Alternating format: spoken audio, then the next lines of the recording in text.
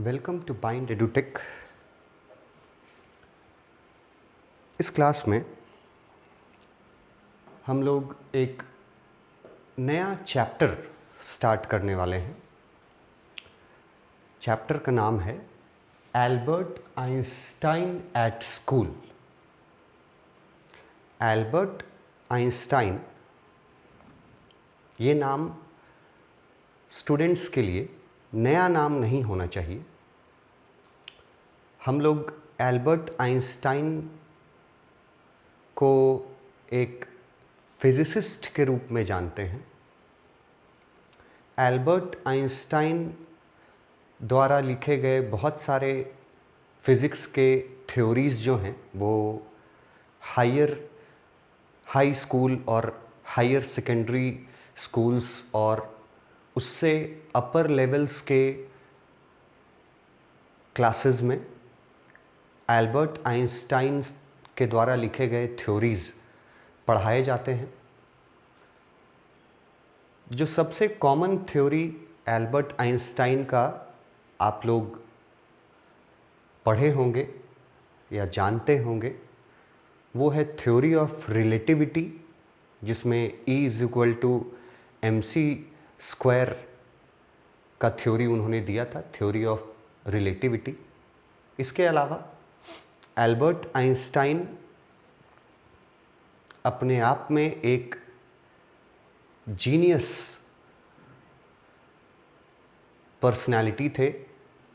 Albert Einstein का ये chapter पढ़ाने के पीछे, देने के पीछे जो सबसे बड़ा रीज़न है वो ये है कि चैप्टर के थ्रू आप एल्बर्ट आइंस्टाइन जैसे जीनियस का जो थिंकिंग था, जो उनका आइडियाज़ था, स्पेशली अबाउट एजुकेशन, शिक्षा के प्रति जो उनकी जो सोच थी, शिक्षा कैसी होनी चाहिए, शिक्षा में किस चीज़ पे ज़्यादा ज़ोर देना चाहिए, ये सोच एल्बर्ट आइंस्टाइन के जो थिंकिंग थे उसको समझने के लिए ये चैप्टर दिया गया है, Albert Einstein at school. Chapter के जो ऑथर हैं वो पैट्रिक प्रिंगल नाम है उनका। पैट्रिक प्रिंगल जो एक अमेरिकन राइटर हैं और वो एक फेमस बायोग्राफर है, a famous American biographer Patrick Pringle. Biographer किसको बोलते हैं? बायोग्राफर बोलते हैं जो बायोग्राफी लिखता हो। और बायोग्राफी किसको बोलते हैं? बायोग्राफी हम लोग जीवनी को बोलते हैं। एक वर्ड इससे मिलता जुलता वर्ड जो होता है बायोग्राफी से, वो होता है ऑटोबायोग्राफी। दूसरा वर्ड जो हम लोग यूज़ कर रहे हैं बायोग्राफी। तो ऑटोबायोग्राफी आत्मकथा को बोलते हैं, बायोग्राफी जीवनी को बोलते हैं। बहुत बेसिक फ़र्क है ऑटोबायोग्राफी में और बायोग्राफी में। ऑटोबायोग्राफी इंसान खुद लिखता है अपने बारे में, तो उसको ऑटोबायोग्राफी बोलते हैं। अगर किसी के बारे में कोई दूसरा लिखता है तो उसको बायोग्राफी बोलते हैं। आप खुद लिखते हैं अपने बारे में, दैट इज़ ऑटोबायोग्राफी। अगर आपके बारे में कोई और लिखता है या किसी के बारे में भी कोई और लिखता है तो उसको बायोग्राफी बोलते हैं। पैट्रिक प्रिंगल जो इस चैप्टर के राइटर हैं, पैट्रिक प्रिंगल, वो एक बहुत फेमस अमेरिकन बायोग्राफर के रूप में जाने जाते हैं। उन्होंने, पैट्रिक प्रिंगल ने एल्बर्ट आइंस्टाइन का बायोग्राफी लिखा है, एल्बर्ट आइंस्टाइन की जीवनी लिखी है पैट्रिक प्रिंगल ने। बायोग्राफी का नाम हम लोग को अभी आगे मिलेगा। और ये जो चैप्टर हम लोग पढ़ने वाले हैं, एल्बर्ट आइंस्टाइन एट स्कूल, इसके टाइटल से ही ये क्लियर हो जाता है कि इस चैप्टर में हम लोग एल्बर्ट आइंस्टाइन के लाइफ के उस स्टेज के बारे में पढ़ेंगे जब वो अपने स्कूल में थे। एल्बर्ट आइंस्टाइन का जन्म जर्मनी में हुआ था। उन्होंने अपना बेसिक एजुकेशन, प्राइमरी एजुकेशन जो है वो जर्मन स्कूल में ही लिया था। हम लोग इस चैप्टर में स्पेशली उस पोर्शन को देखेंगे जब एल्बर्ट आइंस्टाइन अपने हाई स्कूल से डिप्लोमा कर रहे थे। उनके स्कूल का नाम भी आगे आपको मिलेगा, इसलिए इस चैप्टर का टाइटल दिया गया एल्बर्ट आइंस्टाइन एट स्कूल, मतलब उनके स्कूल लाइफ के टाइम की ये स्टोरी है। ये स्टोरी एल्बर्ट आइंस्टाइन के बायोग्राफी से ली गई है, उनके जीवनी से ली गई है, और उनके बायोग्राफी का नाम है the young Einstein. The young Einstein, ये उनके बायोग्राफी का नाम है, और ये बायोग्राफी लिखा है पैट्रिक प्रिंगल ने।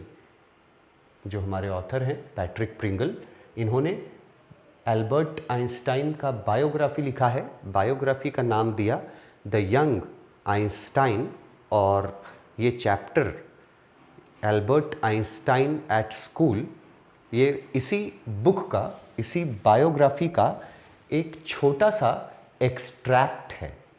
एक्सट्रैक्ट का मतलब होता है पार्ट, एक छोटा सा टुकड़ा है, एक छोटा सा पार्ट है इस बायोग्राफी का ये चैप्टर जो हम लोग पढ़ने वाले हैं। चैप्टर के इंट्रोडक्शन के बारे में देखते हैं। एल्बर्ट आइंस्टाइन, बर्थ ईयर और डेथ ईयर दिया हुआ है 1879 birth year and 1955 death year. Albert Einstein is regarded as the greatest physicist since Newton. Physics के क्षेत्र में, फिजिक्स के फील्ड में जो नाम सबसे पहले आता है, सबसे ऊपर आता है, वो है सर आइजैक न्यूटन का नाम। और न्यूटन के बाद अगर किसी का नाम फिजिक्स में सबसे ऊपर माना जाता है तो वो है एल्बर्ट आइंस्टाइन। एल्बर्ट आइंस्टाइन को मॉडर्न फिजिक्स का फादर भी बोला जाता है, father of modern physics Albert Einstein. उनके बारे में लिखा गया है he is the greatest physicist since Newton, मतलब न्यूटन के बाद अगर फिजिक्स के क्षेत्र में किसी का नाम सबसे ऊपर लिया जाता है after Newton, then that is Albert Einstein. ये एक्सट्रैक्ट, द फॉलोइंग एक्सट्रैक्ट, मतलब ये पार्ट, ये चैप्टर जो हम लोग पढ़ने वाले हैं एल्बर्ट आइंस्टाइन एट स्कूल, ये लिया गया है एल्बर्ट के बायोग्राफी से, बायोग्राफी ऑफ एल्बर्ट, और उस बायोग्राफी का नाम है द यंग आइंस्टाइन। बायोग्राफी का नाम याद रखना है, द यंग आइंस्टाइन, इसी से ये चैप्टर लिया गया है। It is a part of that biography. The well known biographer Patrick Pringle, इस चैप्टर में एल्बर्ट आइंस्टाइन एट स्कूल, ये जो चैप्टर पढ़ने वाले हैं जो इनके बायोग्राफी से लिया गया है द यंग आइंस्टाइन से, जो मिस्टर पैट्रिक प्रिंगल ने लिखा है, इस पार्ट में एल्बर्ट आइंस्टाइन एट स्कूल वाले चैप्टर वाले पार्ट में ये पैट्रिक प्रिंगल क्या डिस्क्राइब करते हैं, डिस्क्राइब्स द सर्कमस्टांसेस, सर्कमस्टांसेस का मतलब परिस्थिति, describes the circumstances which led to Albert Einstein's expulsion from a German school. Expulsion का मतलब लिखा है निष्कासन, एक्सपेल्ड कर देना। स्कूल में अगर आप कुछ गलत काम करते हैं, अगर आप इनडिसिप्लिन्ड होते हैं, तो आपको स्कूल से बाहर निकाल दिया जाता है, और बाहर निकालने के लिए वर्ड यूज़ किया गया एक्सपेल्ड करना। एक और वर्ड, कॉमन वर्ड जो हम लोग स्कूल से बाहर निकालने के लिए यूज़ करते हैं वो होता है रस्टिकेट करना, रस्टिकेटेड फ्रॉम द स्कूल। इस पार्ट में बोला जा रहा है कि पैट्रिक प्रिंगल ये डिस्क्राइब कर रहे हैं कि वो कौन से सर्कमस्टेंसेस थे, वो कौन सी परिस्थितियां थी जब एल्बर्ट जैसे जीनियस को उनके जर्मन स्कूल से एक्सपेल्ड कर दिया गया था। जिस जर्मन स्कूल में वो पढ़ते थे उस जर्मन स्कूल से उनको एक्सपेल्ड कर दिया गया था। एल्बर्ट आइंस्टाइन को एक्सपेल्ड करना ये कोई आम बात नहीं है, ये अपने आप में इंटरेस्टिंग है ये जानना कि एल्बर्ट जैसे जीनियस को उनके स्कूल से एक्सपेल्ड किया गया था। ये अपने आप में इंटरेस्टिंग बात है। तो इस चैप्टर में हम लोग वो सर्कमस्टेंसेस देखेंगे, वो उन परिस्थितियों के बारे में जानेंगे जिन परिस्थितियों में एल्बर्ट जैसे जीनियस स्टूडेंट को उसके जर्मन स्कूल से एक्सपेल्ड कर दिया गया था, निष्कासित कर दिया गया था, निकाल दिया गया था। जिस जर्मन स्कूल की बात की जा रही है, जिस स्कूल से एल्बर्ट को एक्सपेल्ड किया गया था, उस स्कूल का नाम जो है वो आपको आगे दिया हुआ मिलेगा। यहाँ मैं आपको दिखाता हूँ। उस स्कूल का नाम था लुटिपोल्ड जिम्नेजियम। स्कूल का नाम अच्छे से याद रखना, Luitpold Gymnasium. This was the German school. Germany में ये वो स्कूल था जिस स्कूल से एल्बर्ट आइंस्टाइन को एक्सपेल्ड कर दिया गया था। और हम लोग चैप्टर में उन परिस्थितियों के बारे में जानेंगे जिन परिस्थितियों में ये एल्बर्ट जैसे जीनियस स्टूडेंट को एक्सपेल्ड किया गया। एल्बर्ट आइंस्टाइन न सिर्फ एक जीनियस पर्सनैलिटी थे बल्कि एक लाइवली और इंटरेस्टेड पर्सनैलिटी भी थे। एल्बर्ट आइंस्टाइन के बारे में बहुत सारी बातें लोगों द्वारा कही जाती हैं, पढ़ी जाती हैं। हम लोग बहुत सारी बातें उनके बारे में पढ़ते हैं। जैसे मोस्ट कॉमन चीज़ें जो एल्बर्ट के बारे में पढ़ी जाती हैं, एल्बर्ट आइंस्टाइन का जब जन्म हुआ था तो उस समय उनके हेड का साइज़, उनके सिर का साइज़ काफ़ी बड़ा था in comparison to the other newborn babies. जो नवजात शिशु होते हैं उनके मुकाबले एल्बर्ट का सिर, the size of his head was quite big. Albert Einstein जब अपने चाइल्डहुड में थे तो उनके बारे में कहीं ये बातें भी लिखी जाती हैं कि बहुत दिनों तक, अपने चाइल्डहुड में बहुत दिनों तक एल्बर्ट आइंस्टाइन कुछ बोले नहीं थे। मतलब वो कुछ बोलते ही नहीं थे, साइलेंट रहते थे, चुप रहते थे। उनके पेरेंट्स को इस बात की फिक्र हुई कि कहीं हमारा बच्चा गूंगा तो नहीं है, म्यूट तो नहीं है, क्योंकि वो कुछ बोलता नहीं था एल्बर्ट आइंस्टाइन काफ़ी दिनों तक। तो उनके पेरेंट्स उनको लेकर के डॉक्टर के पास जाते हैं और डॉक्टर के पास एल्बर्ट आइंस्टाइन फर्स्ट टाइम बोलते हैं, ही स्पीक्स। और क्या बोलते हैं? वो बोलते हैं आई कैन स्पीक, मैं बोल सकता हूँ। जब उनसे पूछा गया कि अगर तुम बोल सकते हो तो इतने दिनों तक तुम बोलते क्यों नहीं थे, चुप क्यों रहते थे, तब उनका आंसर और मज़ेदार था। वो उनका आंसर था कि मुझे बोलने की ज़रूरत नहीं पड़ी, इसीलिए मैं नहीं बोलता था। मतलब एल्बर्ट का कहना था कि जब ज़रूरत पड़ेगी तभी बोलूँगा, जब ज़रूरत नहीं है तो फिर क्यों बोलना।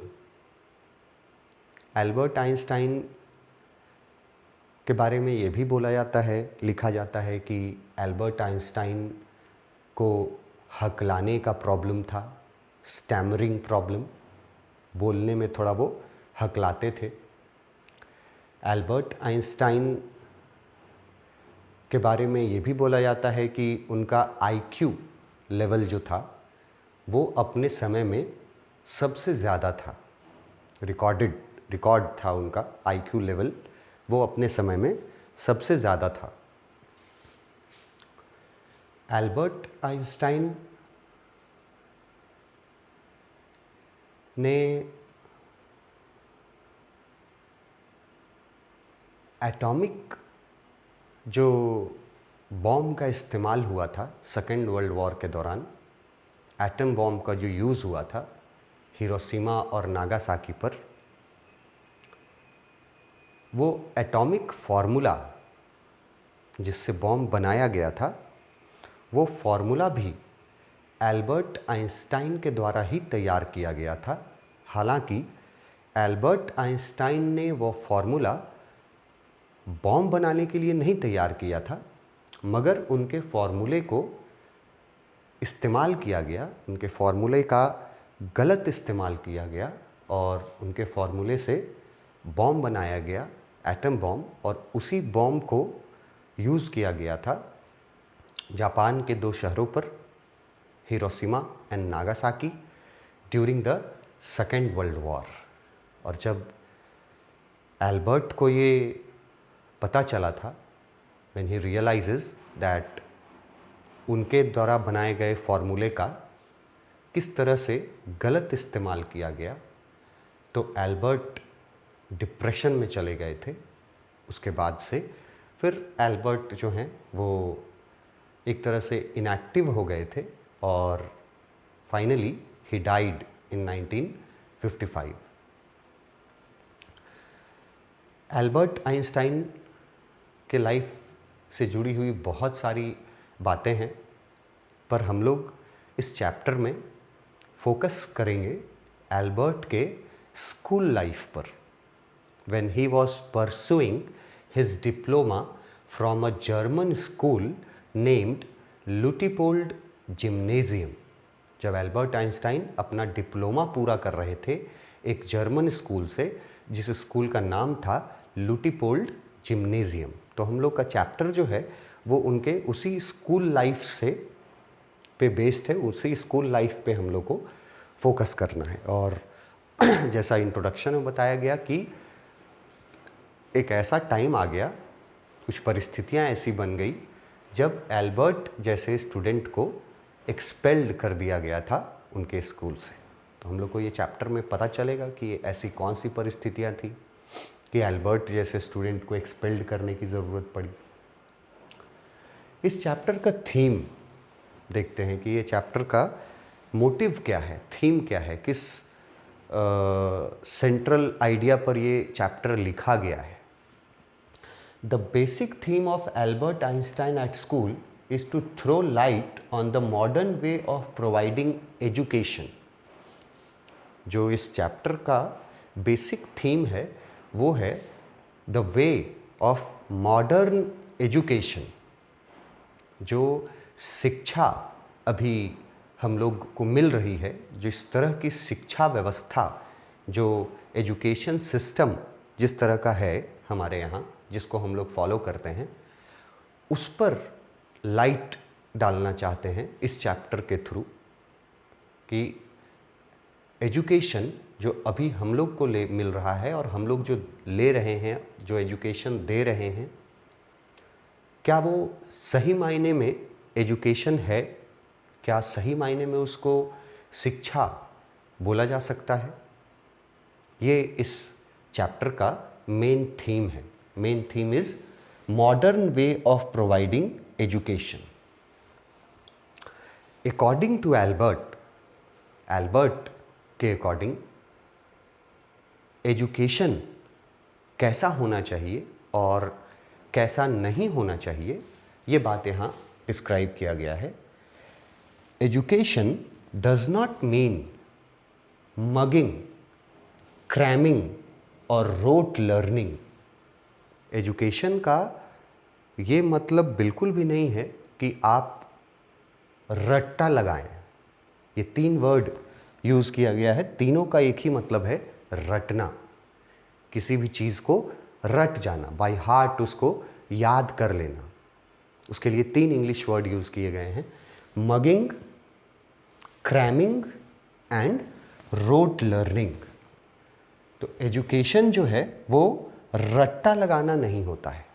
अगर आप किसी चीज़ को रट करके याद कर लेते हैं by heart, then that is not education according to Albert.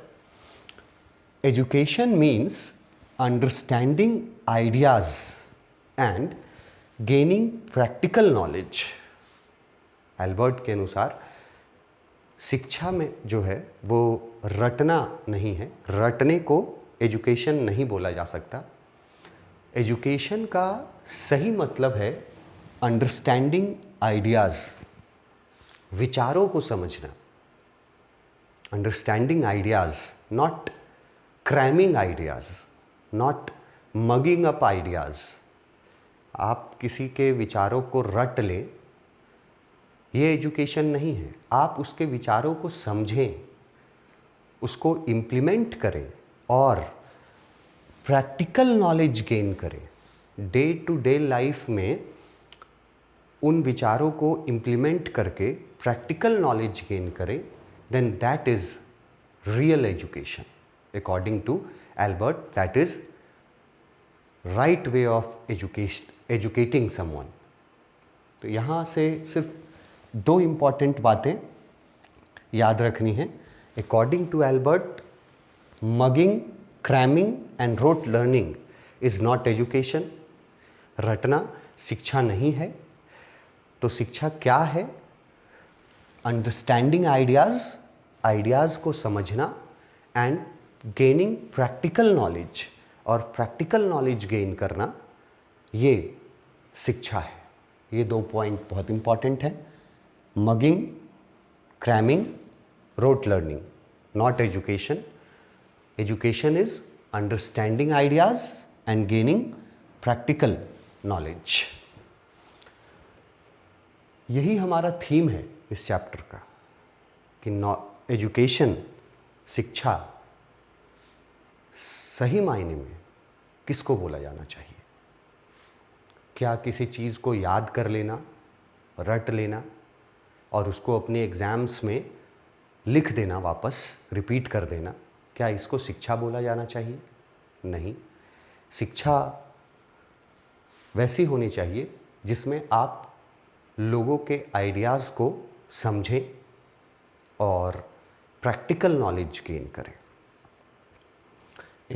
Albert Einstein का एक बहुत फेमस कोट है, बहुत ही फेमस कोट। वैसे तो बहुत सारे कोट्स हैं एल्बर्ट आइंस्टाइन के, पर स्टूडेंट्स से रिलेटेड, सभी स्टूडेंट्स से रिलेटेड एक बहुत ही फेमस कोट जो जानना चाहिए, इसको समझना चाहिए, वो यहाँ पे लिखा हुआ है।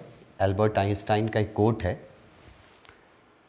Everybody is a genius, but if you जज a fish by its ability to climb a tree, it will live its whole life believing that it is stupid. Albert Einstein ने ये स्टेटमेंट दिया था, ये कोट है उनका, कि जिस व्यक्ति ने भी, जितने लोगों ने भी इस दुनिया में जन्म लिया है, एवरीबडी इज अ जीनियस।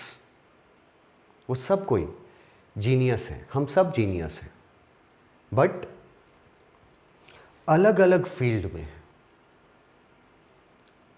अगर वो एग्जाम्पल देते हैं कि अगर आप किसी मछली को उसके पेड़ चढ़ने के एबिलिटी से जज करेंगे, अगर आप किसी फिश को उसके पेड़ चढ़ने के, क्लाइंबिंग अ ट्री, पेड़ चढ़ने के एबिलिटी से अगर आप किसी फिश को जज करेंगे, तो जीवन भर आप और वो फिश दोनों यही समझते रहेंगे कि वो फिश स्टूपिड है, मतलब किसी काम की नहीं है, क्योंकि वो पेड़ तो चढ़ नहीं पाएगी।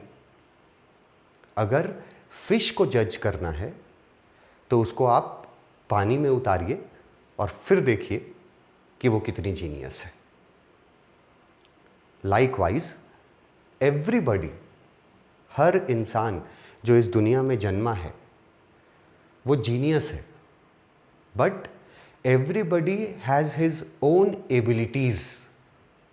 हर इंसान में अपनी अलग अलग एबिलिटीज़ होती है। हर इंसान अलग अलग अपने अपने फील्ड में जीनियस होता है। अगर आप हर इंसान को उसके एबिलिटी के अनुसार नहीं जा करके उसके जिस चीज़ में वो पुअर है, अगर आप उसमें उसको टेस्ट करते रहेंगे तो जीवन भर वो इंसान यही समझते रहेगा कि वो स्टूपिड है, मूर्ख है, उसको कुछ नहीं आता है। ये एक बहुत इंटरेस्टिंग, बहुत इम्पॉर्टेंट कोट है।